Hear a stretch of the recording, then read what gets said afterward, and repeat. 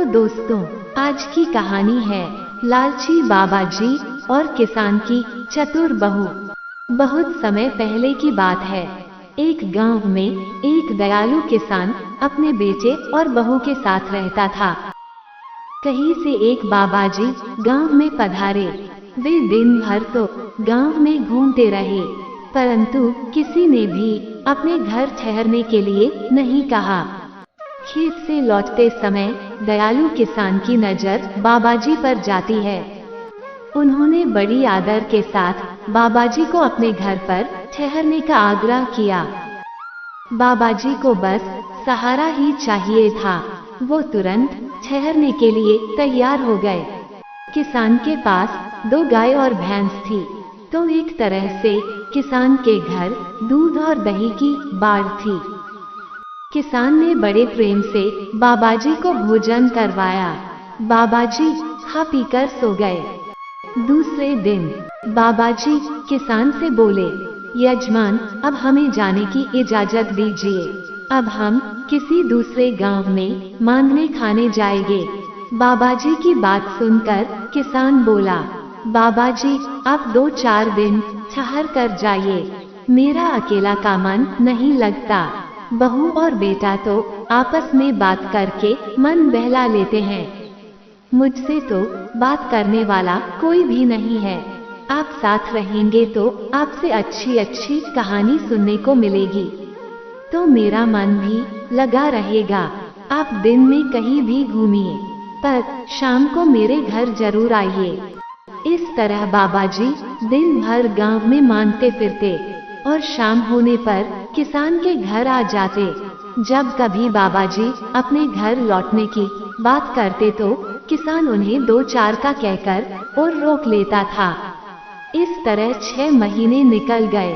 बाबाजी जब आए थे तब बहुत दुबले पतले थे, मगर 6 महीने के बाद वो बहुत मोटे तगड़े हो गए हैं।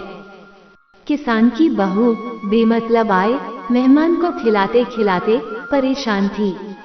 वह नहीं चाहती थी कि बाबाजी यहाँ पर और रुके, लेकिन वो अपने ससुर से सीधे मुंह नहीं कह सकती थी। एक दिन बाबाजी सोच रहे थे कि इतना अच्छा यजमान किसी को भी नहीं मिल सकता। अब गांव जाऊंगा तो अपने बेटे को भी लेते आऊंगा। वो बहुत दुबला पतला है। जब किसान की बहू 3 वक्त खाना खिलाएगी तो वह भी मोटा ताजा हो जाएगा। बाबाजी किसान से बोले, यजमान, मुझे घर से आए हुए बहुत समय हो गया है। मेरा परिवार, मेरा बेटा पता नहीं किस हाल में होंगे। उनकी खोज खबर बहुत जरूरी है। मैं पुनः ही वापस लौट आऊंगा। आप मुझे जाने की इजाजत दे दीजिए। किसान ने बड़े भारी मन से बाबाजी को विदा किया। जब बाबाजी अपने गांव गए तो उनकी स्त्री ने उन्हें पहचानने से इनकार कर दिया। बहुत समझाने और शरीर पर बने कई निशान दिखाने के बाद किसी तरह घर में घुसने दिया।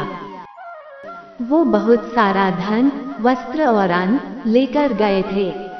बाबाजी की पत्नी ये सब देखकर बहुत खुश हुई और बोली, आखिर ऐसा कौन यजमान आपको मिल गया जिसने आपको इतना खिलाया कि आप चूहे से हाथी में बदल गए हैं। तो बाबाजी बोले, भाग्यवान, इतना अच्छा यजमान हर किसी को नहीं मिला करता। भाग्य से इतना अच्छा यजमान मिल पाया है। उसने जल्द ही हमें वापस बुलाया है। सोचता हूँ कि अब की बार अपने बेटे को भी साथ लेकर जाओ। ये सुनकर उनकी पत्नी बोली, बहुत अच्छा सोचा है। वह भी खा पी कर मोटा ताजा हो जाएगा। 2-4 दिन रुकने के बाद बाबाजी का मन हिलोरे लेने लगा। कारण था कि घर में ना तो घी था ना दूध दही। वह जल्द ही अपने बेटे को साथ लेकर किसान के घर पहुंच गए। किसान की बहू ने देखा कि यह बाबाजी बहुत जल्दी ही अपने बेटे को साथ लेकर आ गया है। उसने एक तरकीब सोची और एक बड़े बर्तन में पानी लेकर बाबाजी के पास आई और बाबाजी के चरण धोने लगी। और थोड़ा सा पानी अपनी आंख पर लगाकर रोने का नाटक करने लगी। बाबा जी को ये सब बहुत अजीब लगा। उन्होंने रोने का कारण पूछा तो वह बोली, क्या बताऊं बाबा जी, मेरे ससुर का दिमाग आपके जाने के बाद फिर गया है। वह जब भी मेहमान को देखते हैं तो सहुतिया लाठी से मारने दौड़ पड़ते हैं। अब आप तो 2-4 लाठी सह भी लेंगे, मगर ये बछवा तो डर से ही मर जाएगा। बाबा जी ने पूछा, अभी वह कहाँ गए हैं? बहू बोली, अभी वह गांव के पश्चिम वाले खेत की तरफ गए हैं। आपको तो पूर्व की तरफ जाना है। मेरा कहना मानो तो आप भाग लीजिए। बाबा जी बोले, तुम ठीक कह रही हो पुत्री, हम अभी के अभी भाग लेते हैं।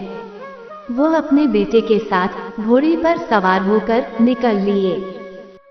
उधर किसी ने किसान को खबर दे दी कि बाबा जी घर आए हुए हैं, तो स्वागत के लिए जल्द घर आ गया।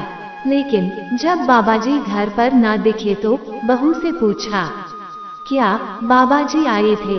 बहू ने कहा, आए तो थे, मगर सहुतिया लाठी मांग रहे थे। अब सहुतिया लाठी हमारी खानदानी लाठी है, उसे कैसे दे सकती थी, इसलिए रूठकर पूरब की तरफ चले गए। किसान बहू पर नाराज हुआ और बोला, तुम्हें लाठी दे देनी चाहिए थी। अरे हम दूसरी सहुतिया लाठी बना लेते। वह सहुतिया लाठी लेकर पूरब की तरफ दौड़ा। कुछ दूर दौड़ने पर बाबा जी घोड़े पर जाते दिखाई पड़े, तो वह चिल्लाया, बाबा जी लाठी तो लेकर जाइए। बाबा जी ने पलट कर देखा तो किसान लाठी लेकर दौड़ा आ रहा है। उन्हें लगा कि वह लाठी से मारने के लिए दौड़ा आ रहा है, इसलिए घोड़े को तेज दौड़ाकर किसान की आंखों से ओझल हो गया। किसान निराश होकर घर लौट आया और बहू को बहुत खरी खोटी सुनाई, मगर बहू मन ही मन बहुत खुश थी कि मुफ्त की रोटी तोड़ने वाले लालची बाबाजी से तो छुटकारा तो मिला। तो दोस्तों, इस कहानी से शिक्षा मिलती है कि इंसान को बहुत ज्यादा लालच नहीं करना चाहिए, ना कहीं ज्यादा दिन मेहमान बनकर रहना चाहिए।